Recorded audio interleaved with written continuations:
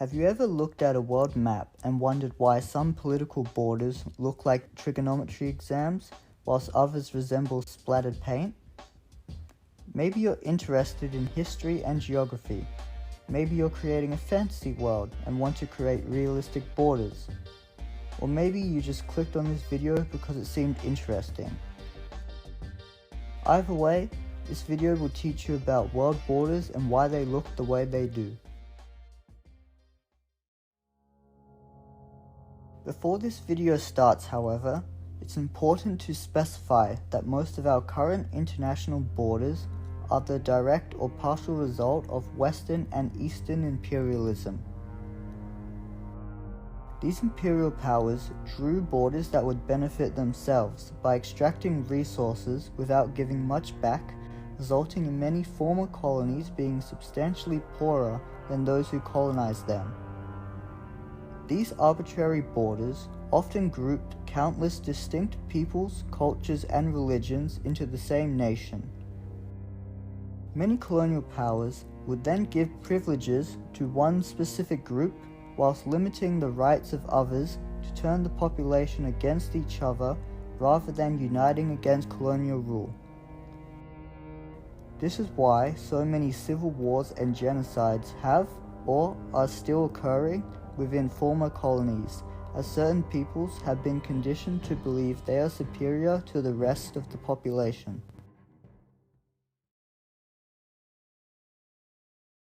Since the dawn of man, political borders were often marked by physical geography, such as rivers, mountains, and lakes, as was most convenient for societies prior to satellite mapping.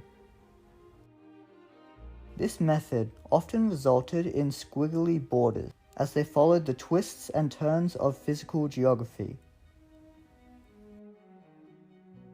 Many modern countries and states still use physical geography to mark their borders, but are less dependent on it due to modern satellite and surveillance technology.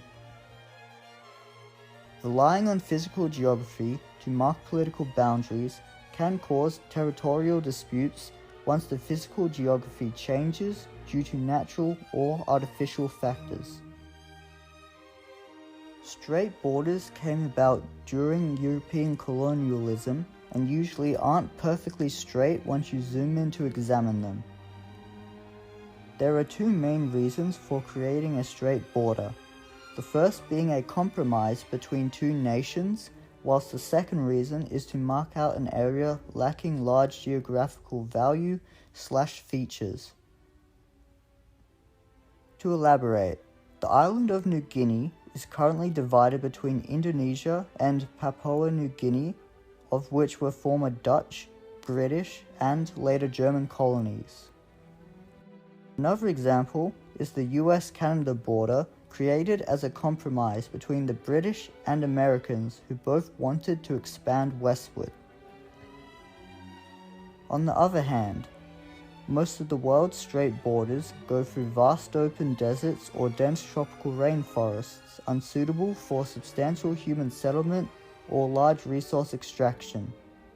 This means governments don't necessarily care about controlling these hostile regions and are therefore satisfied with a simple straight line. Now that the two main border types are explained, we can now move on to border anomalies. But before I do, I'd just like to say that my channel is currently very small, so if you're enjoying this video, please smash that like button and consider subscribing. It really does help my channel grow.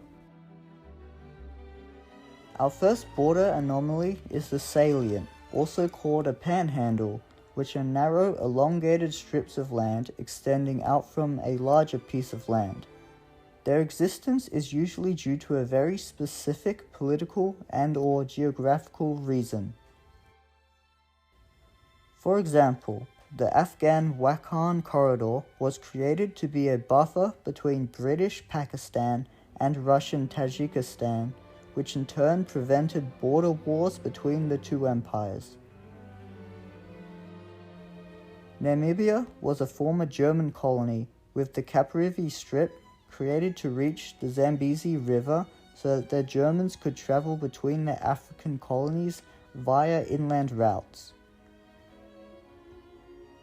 Many other examples of panhandles exist because they follow rivers like Argentina's Misiones province or this nameless one in Finland. Our second border anomaly is the enclave, which is any territory completely surrounded by other territory. There are dozens of enclaves around the world, of which 3 are fully sovereign nations.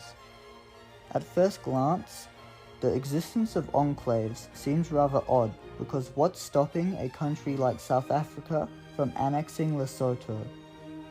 Well, the answer is numerous reasons ranging from political loyalties, diplomatic relations, cultural, religious, and ethnic communities. To elaborate, Lesotho exists because the Basotho people, that currently make up 99.7% of the population, did not want to join South Africa and their extreme segregation policies, so therefore remained a British protectorate, meaning that South Africa could not invade Lesotho without retaliation from Great Britain. Another example is the Spanish town of Levia, which is currently surrounded by France. This is due to the 1659 Treaty of Pyrenees, granting France various Spanish villages, whilst Levia was considered a town, along with inaccurate maps not showing the town as an enclave. A more complicated array of enclaves can be found in the Central Asian Fergana Valley, which is due to the Soviet Union creating arbitrary borders for people and communities. This was because the Soviets believed all the diverse peoples and cultures would be unified into a singular working-class identity, but it instead resulted in complex border disputes between the Central Asian countries after their independence. An example of historical enclaves can be found with the Aztec Empire. These enclaves existed because the Aztecs either failed to conquer the area or deliberately left it independent. By leaving an area independent, the Aztecs could be in a perpetual state of war that gave their soldiers experience and provided a constant supply of prisoners for human sacrifice. Our third border anomaly is the exclave, which is territory of a larger country or state physically separated from said country or state by physical geography or by another country or state. Exclaves can exist for numerous reasons that range from purchases, annexation, political allegiance, national identity, and much more. Alaska is the world's largest exclave, as it's separated from the US by Canada, which is due to the US buying the land from the Russian Empire in 1867. Prior to the European scramble for Africa, the European powers negotiated what land they wanted, with many desiring the resource-rich Congo.